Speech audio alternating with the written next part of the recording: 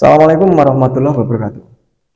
Semakin buruknya kinerja dari instansi kepolisian dalam menangani kasus Vina yang sampai saat ini tidak kunjung selesai, itu membuat kepercayaan masyarakat semakin menipis, semakin hilang, dan rasanya seperti tidak ada lagi.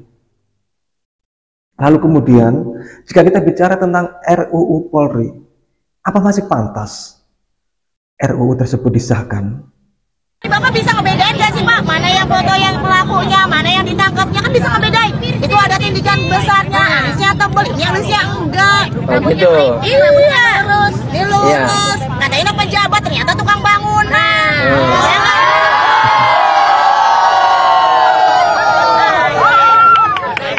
Mendengar Peggy Setiawan, kuli bangunan, buron selama 8 tahun dari kejaran polisi.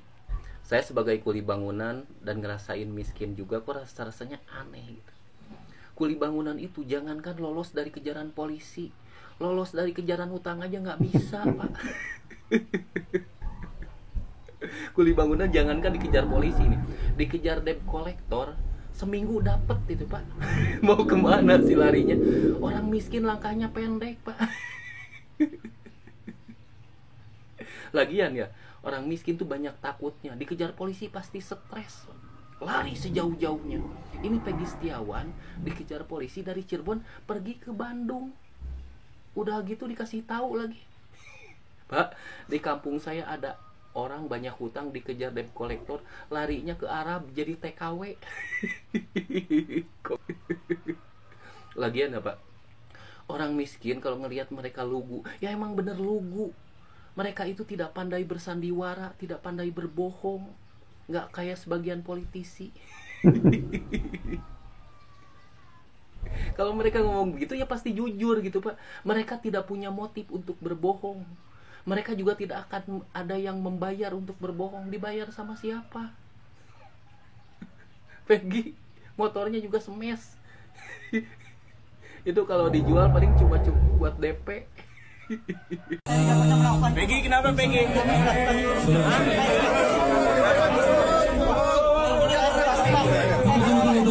Agar tertib, tunggu sabar. Kenapa ganti identitas? Kenapa ganti lobbying? Kalau keadaan saya itu Silakan. Jadi nanti nama gaul saya tidak pernah melakukan pembunuhan itu. Ini fitnah. Saya rela mati. Saya rela mati. Tidak. Sama sekali tidak. Tidak. Tidak. Terhadap Vina dan juga Eki. Tidak. Tidak. Jika saya mati saya rela syahid. Oke. Apa yang Saya tidak pernah melakukan itu. Saya tidak sama sekali tidak pernah melakukan itu. Pak, tolong jika saya mati, kalian jadi saksi Pak. Demi Allah, saya tidak pernah. Oke. Tolong jadi saksi ya Pak. Apa yang bisa meyakinkan bahwa Anda tidak benar-benar membunuh Eki dan juga Karena tidak kenal dia. tidak kenal sama sekali? Bagaimana dengan pelaku yang lain? Tidak Peggy, kenal. Mereka hanya kenal teman Pak. teman, tapi Anda betul ikut game apa? Tidak, sama sekali Pak. Tidak, saya rela mati Pak. Jadi kalian jadi saksi kalau saya Pada mati. saat tanggal 27 Anda di mana pada saat Di kejadian? mana Pak? Di mana Pak? Saya rela Pak. Anda tidak ada di rumah? Tidak ada sama sekali. Saya rela mati. Saya rela mati Pak. Saya rela mati Pak. Saya rela mati. Saya tidak merasa bersalah. Keterangan yang tadi benar semua Pak. Tidak. Saya tidak ikutan geng apa-apa.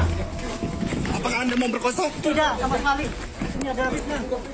Kalian jadi saksi jika saya ada apa-apa. Saya rela mati Pak.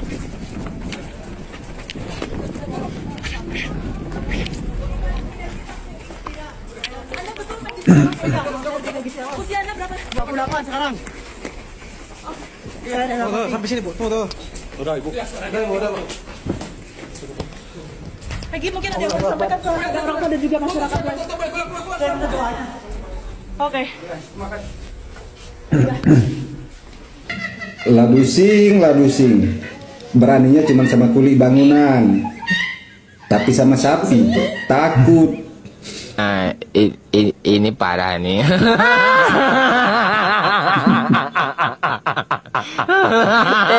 Tenang. Kejar.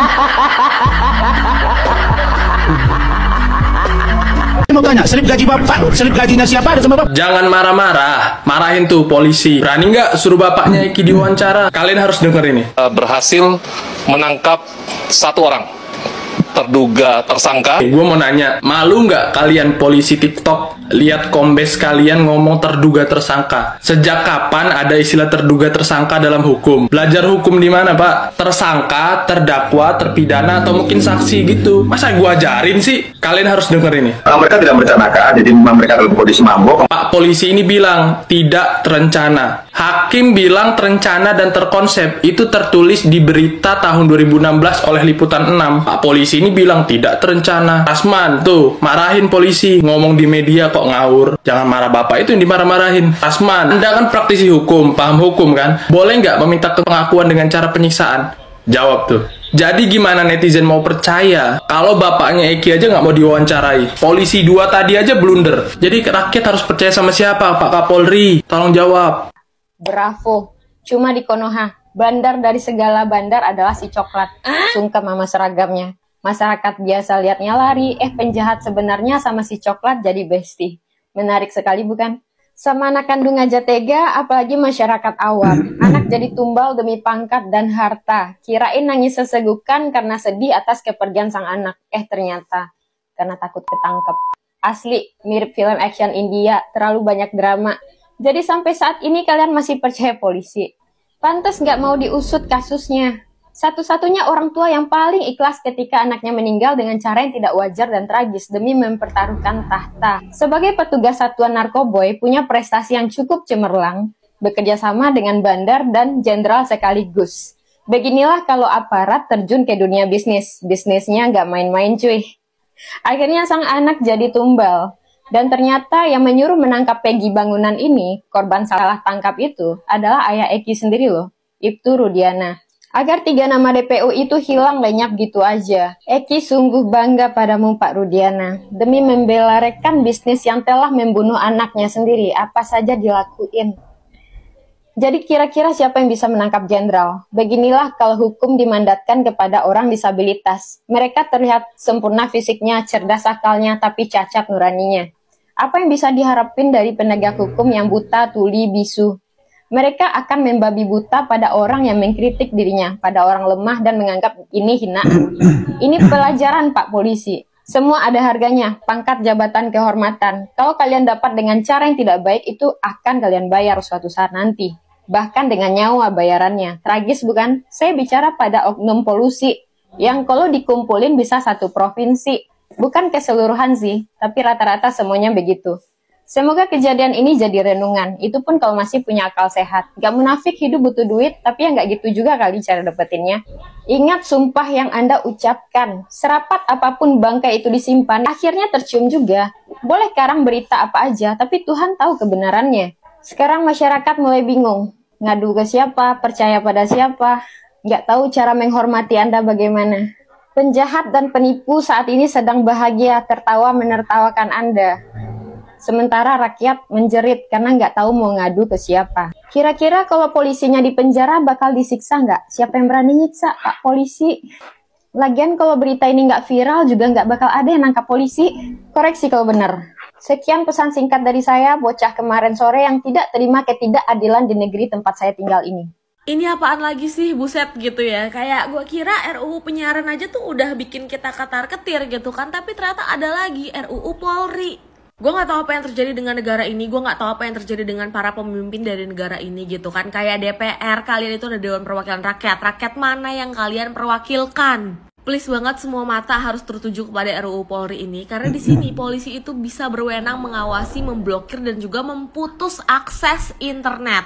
Ini kalian baca aja deh, draft lengkapnya ada kok di internet gitu ya. Kalian cari aja, dan di sini menurut gue banyak banget hak-hak yang kayak bisa jatuhnya itu adalah melanggar privasi dari warga negara. Ya tujuannya itu adalah supaya tidak terjadi berita hoaks, supaya tidak ada pencemaran nama baik yang merugikan pihak-pihak ABC gitu kan. Tapi gue punya trust issue, Wak. Sebagai konten kreator yang selalu membahas mengenai kasus gitu ya, kayak udah berapa banyak sih kasus yang tadinya kayak nggak ada di permukaan terus tiba-tiba keangkat di sosial media ini. Berapa banyak sih kasus yang akhirnya terselesaikan karena viral. Kita harus sama-sama sadar kalau misalnya internet itu sepenting itu gitu ya. Jadi kayak buat apa diputusin, buat apa diblokir aksesnya. Bukannya mendapatkan informasi secara detail dan juga lengkap itu adalah hak dari setiap warga negara ya. Ya kan, kayak kenapa harus dibatasi gitu loh.